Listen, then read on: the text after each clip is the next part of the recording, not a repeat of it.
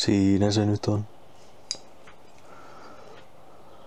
Joo, sehän on silleen, että näissä venehommissa niin kannattaa laittaa vesivassu ihan joka väliin vaan minne on mahdollista. Niin minä katson nämä liitokset tuosta, että onko sille todennäköisesti ei, mutta me laitan sinne vaseliiniin ja sen jälkeen käyn vaan laittamaan tätä sylinteriä tuohon paikalleen. Ei siinä otetaan auki ja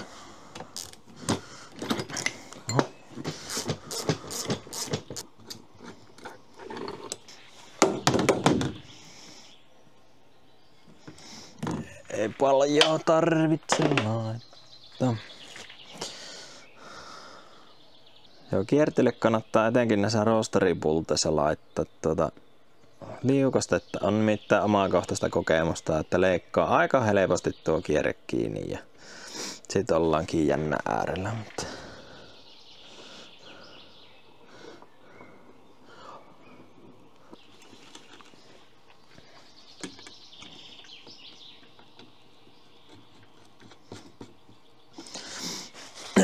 ja nyt päästiin tosiaan millikoon pultteihin, ettei tarvi noihin tuumien kanssa puljata sitten. Et kyllä minä sanon, että ne jenkit on kyllä aikamoisia eläjiä. Nyt sitä me ihmettelen niissä tuumissa, että miksi ne ei voi olla sitten niinku normaalia desimaaleja, vaan ne pitää olla niinku 9/32 tai jotain muuta semmoista. Niissä ei ole mitään logiikkaa niissä koossa. Että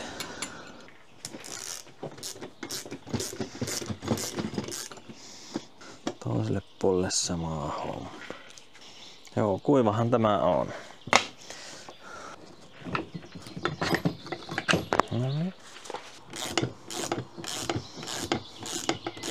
Nyt siellä on voiteluaineet välissä.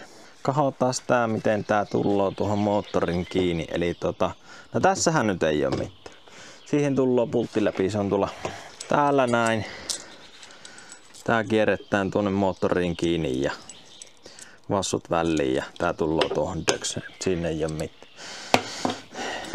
Mut sitten tää toinen kiinnitys, niin tää akseli työnnetään ensin tuosta putkesta lävite.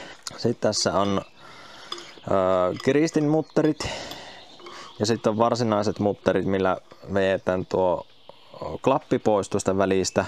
Ja sitten on spacereita erinäinen määrä ja nämä spacerit pitää nyt sitten katsoa sen mukaan, että tämän sylinterin niin männän varren päät saadaan tiukattua kirreille ja tähän jää semmonen pienklappi ja sen jälkeen näillä käsimuttereilla kiristetään niin kaikki klappi pois siitä ja nämä vaan varmistaa sitten, että ne kestää sitten varmasti kiinni, ettei ne löysty. Akseli paikalleen ja lähdetään miettimään sitten että paljon noita spacereita tuohon niin oikeasti tarvitsee.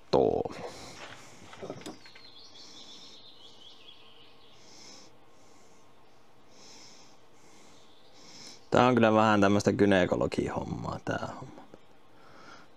Kiertele kanssa. Eli tämmöistä vähän pujotteluhommaa tässä näin. Männäkö se sinne? On muuten vähän tiukka.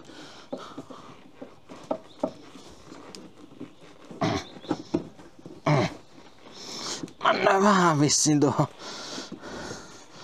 reijän reunaan. Joo, eli tänne ottaa kiinni. Ei siinä kyllä paljon. No niin, sinnehän se meni. Tää just oli sanomassa, että ei siinä paljon enää kyllä. No, ja siihen vähän kierteeseen vielä. Niin. Sitten.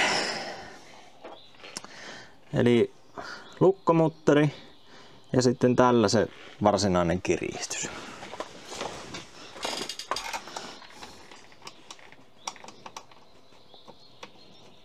Onko ensimmäinen ongelma, että tämä kierre ei käy? Tää on kyllä ollut vähän tämmöistä kysymysmerkkiä tää koko homma. Mikä käy ja mikä ei. Tuossa luvattiin, että Tuo setin pitäisi käydä niinku melkein kaikkiin perämoottoreja. Totta kai se käy kun laittaa käymään, mutta miten paljon pitää soveltaa. Joo, nää rasvauspuuhat ihan sama niinku kotona ja puutarhassa, että tää muistaa liukasta. Joo, sinne vaan noin. Toiselle puolelle sama homma. Sinne vähän liukastetta. Kato, siihen tuli Hämy-Heikki. Kävihän se siihen eilenkin, vaan nyt ei millään.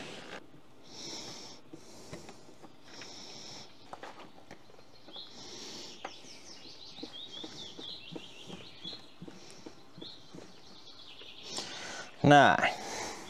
Sittenpä siinä seuraavaksi ruuvataan tuo sylinteri kiinni tuohon moottoriin. Ja sit päästään sovittelemaan, että paljon me tarvittaan noita spacereita siihen tähän väliin. Kumpaankohan reikkäsin? Tietysti kun olisi ollut nuo päädet tuossa paikalla, niin olisi voinut vähän mittailla. Se pitäisi mitään tulla aika suoraan tämä sylinteriosa tuossa. 98 tuoksu. Kevään tuoksuja. Talvet ajallaan dieselille. Kesällä on näitä bensiiniä vaativia harrasteita, niin kuin vaikka ruohonleikkaa.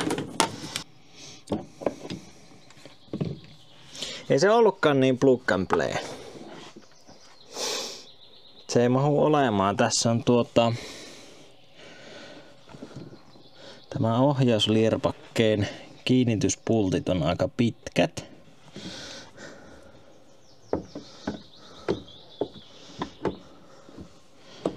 Et ne ottaa ainakin kiinni. Niitähän saa lyhennettyä kyllä, ei se ole siitä kiinni. Jos tuo rauvan kääntää ympäri, niin se varmaan tuo mitta olisi muuten niinku ok. Ottaako se kiinni sitten johonkin? Sen voi testata. Tuon kääntäminen nyt ei ole mikään niinku ulkomaan konsti.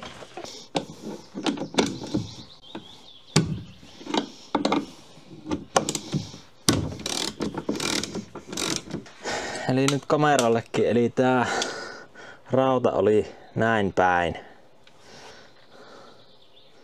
Katsotaan mitä tapahtuisi, jos se kääntäisi ylös alasinpäin. Mahtaa olla, että ei muuten toimi tämä. Joo, vielä huono. Helpoksi ajateltu hommahan kääntyy yllättävän nopeasti hankalaksi. Joko mies on luovuttu. Kyllä minulla taas tulla nyt tuumaustauko tähän väliin.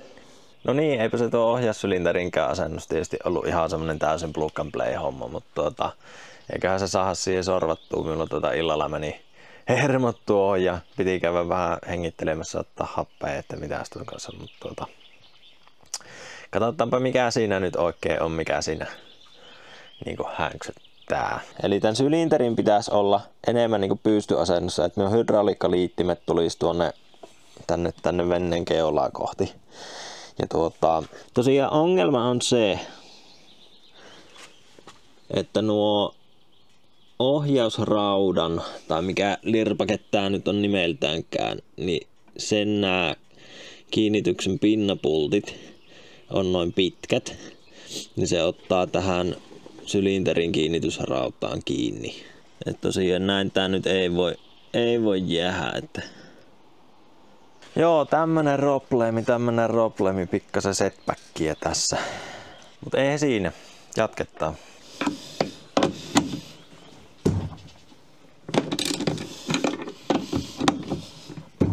Saa nähdä lähteekö nuo pinnapultit pois enkä lyhentämään niitä tuossa paikalla ollessa. Joo, minä koitan ottaa tän pinnapultin irti tuolla tuplamutterimenetelmällä.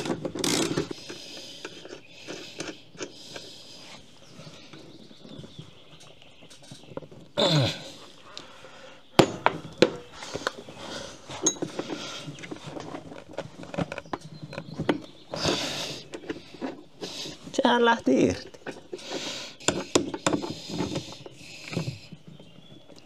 No.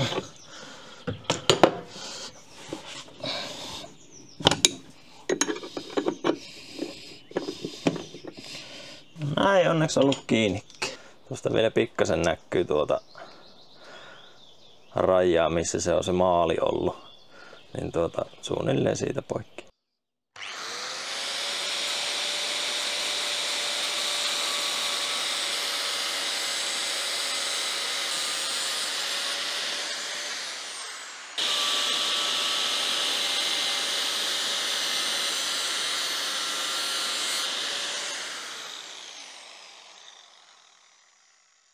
No niin, joskopahan nää sitten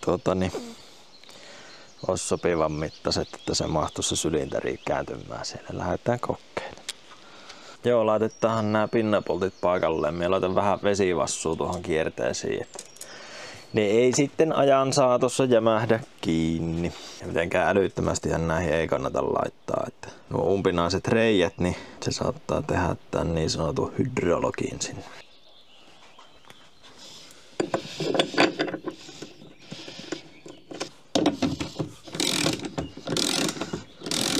Joo, me laitan vähän tuohon kierteeseen vaseliinia, niin se ei tosiaan leikkaa kiinni. Asensin nimittäin autoon lisää kaukovaloa LED-pötköä, niin siinä yksi rosterinen pultti leikkasi niin pahasti kiinni, että se oli pakko rälläköjä pois. Tähän näyttää siltä, että tähän voi nyt onnistuukin. Joo, nyt se mahtuu kääntymään. Katsotaan sitten tää sylinteri, että miten se sinne sitten asettuu. Asettuuko ollenkaan? Tää pitäisi periaatteessa saada niinku tämmöiseen asentoon. Ei tämä niinku... Ei mä niinku huonostikaan. Nyt täytyy sanoa, että nyt vähän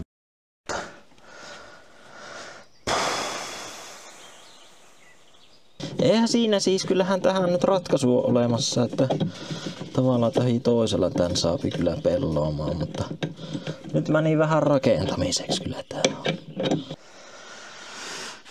Eli jos tää nyt ylös alasin päin puolin,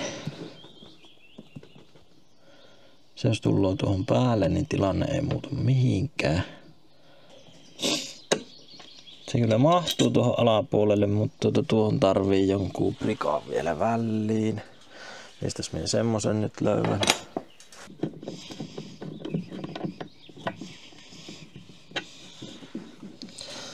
No.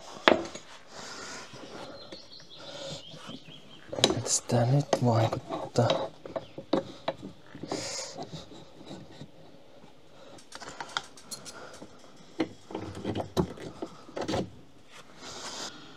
Se on vieläkin aika kaukana siitä, mitä se niinku pitäisi olla. Mahtuukohan se kääntymään? Otetaan nää suojat irti.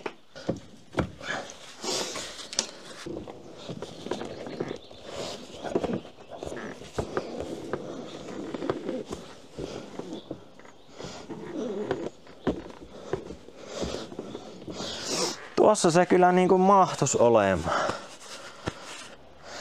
Siinä se mahtuisi olemaan. Nythän nää on nää kiinnitysrauvat niinku samansuuntaisesti kuin tää, eli siinä on maksimaalinen etäisyys. Eli nyt on enää ainut mahdollinen keino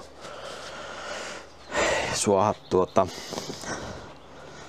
tätä sylinteriä pystympään. Niin on, että tuohon tekisi vielä yhden kiinnitysreiän. Ellei sitten tee modifioituu tätä rautaa. Tekisi siitä niin kuin lyhkäsemmän. Ja sitä minä en ole kokeillut, että mitä tapahtuu, kun jos tätä koneetta trimmaa. Katsotaanpas mitä siinä alkaa tapahtua.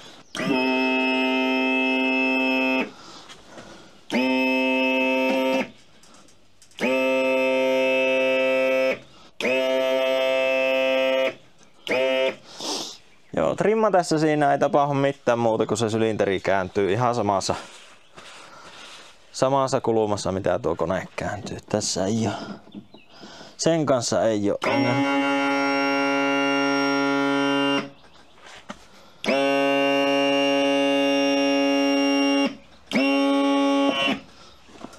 Ja akussa on virtaa hyvin. Joo, näin mieteen.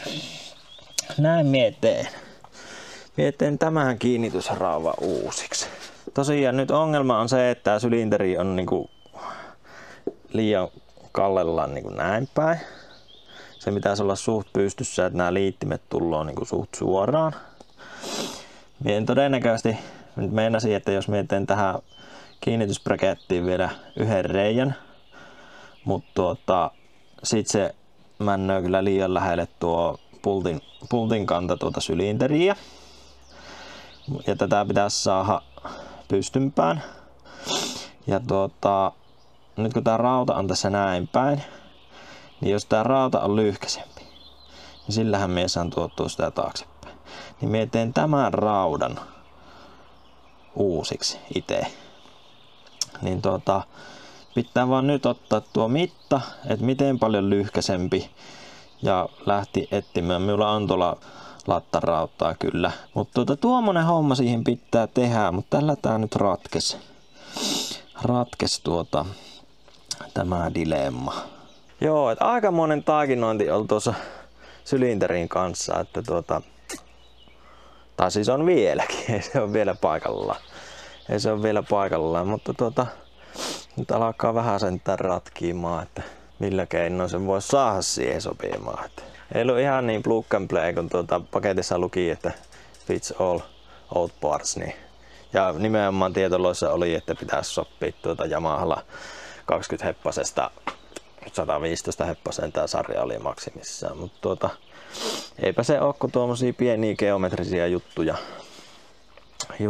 niin joo, otetaan mitat, että paljon lyhkäisempi sen rauvan niin kuin pitäisi olla. Käydään tekemässä siihen uusi kiinnikerrauta ja katsellaan sitten, saako se sylken hyvään asentoon tuohon ja toimimaan.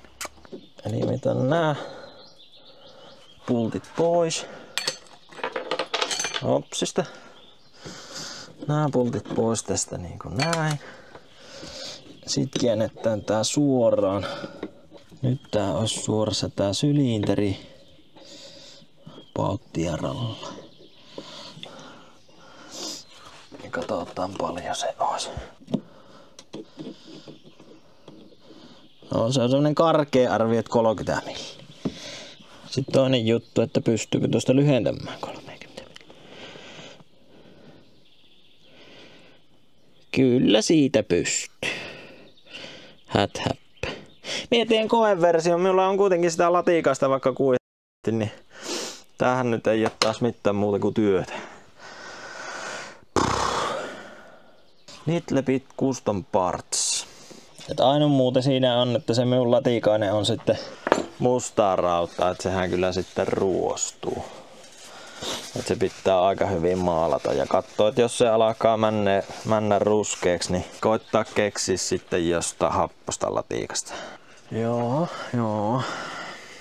No, kyllä se siitä pikkuhiljaa omalla sovittamisella. Niin tehdään nyt semmonen koeversio, eli tästä leveysmitta, sitten tuosta 30 milliä pois, reikä, 2 reikää, sillä minä saan sen testattu. Joo, näin se pitää tehdä. Joo, ongelmat on tehty ratkottaviksi.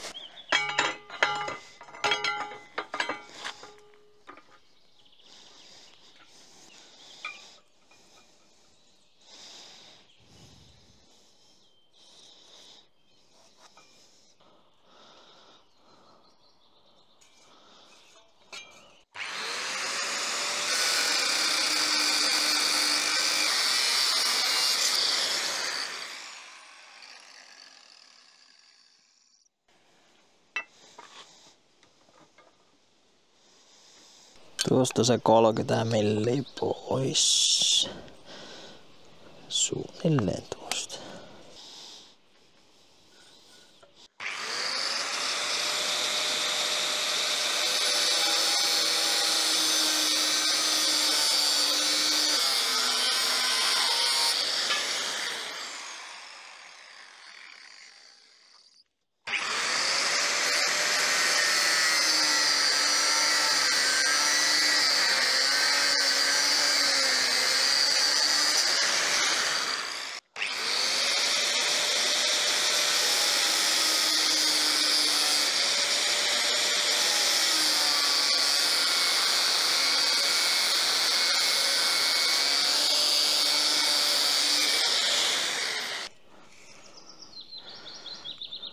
Jos on 55 milliä tää orkkis, eli 25 milliä on nyt sitten tuossa modaatussa palikassa.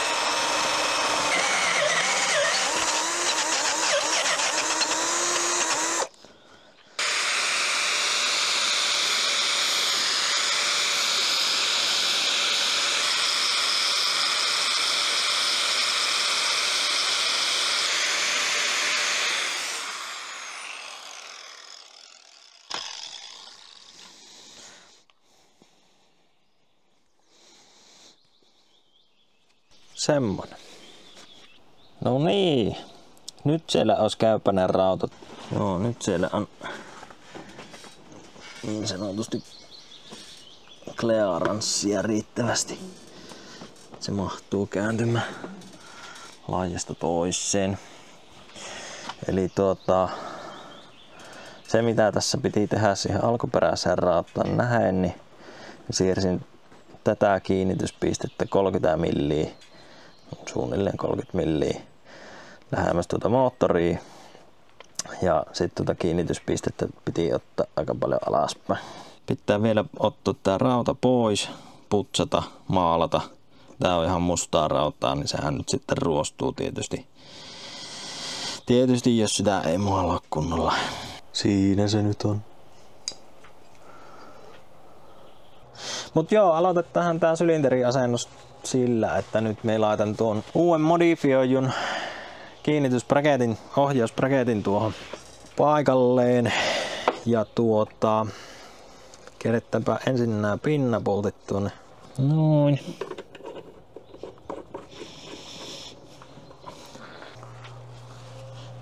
Sitten toinen.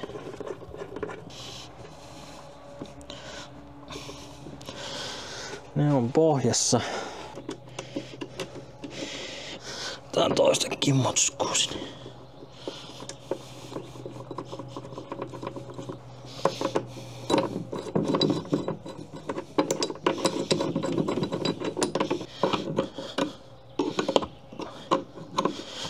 Tiukataan tuosta alkuun noin.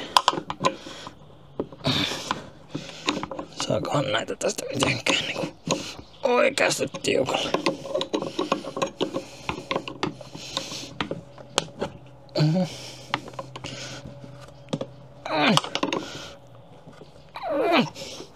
Luulis niihin kestä. Sitten meillä on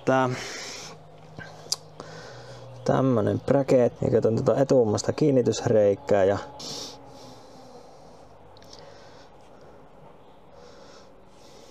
se tulloo tänne näin. Joo. Nämä hommat on semmosia, että ei kuivana. Näin sitten tämä härpäke tulloo täältä alapuolelta. Noin.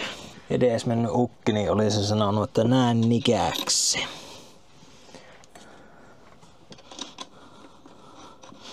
Noin.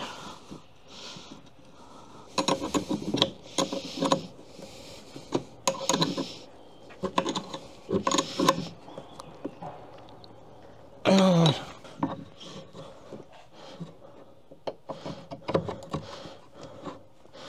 Noin. Toiselta puolelta kanssa. No onpahan ainakin rasvaa. Näitä ei sitten voi laittaa mitenkään apinatiukkuuteen.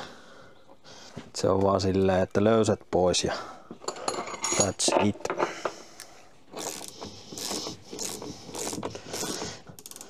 Noin.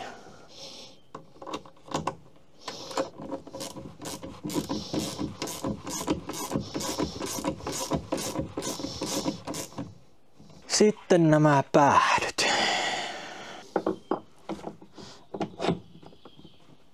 Noin. Sitten täältä mutteri.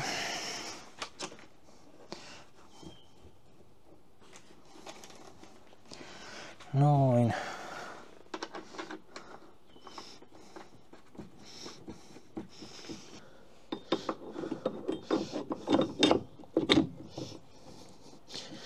Ne sujahti sinne.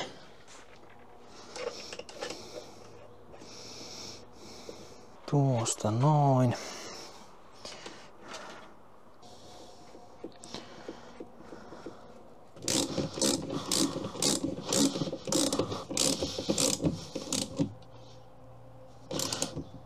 Tää oli että 20 nyt.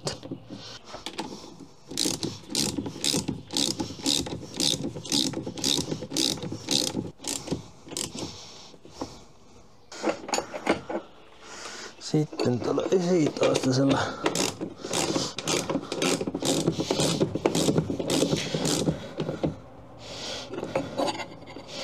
Noin, siinä on nyt kierretty löysät pois. Näillä ruuvilla sitten otetaan tuo tyhjä liike siitä pois. Suunnilleen saman verran, niin jos se sattuisi keskelle.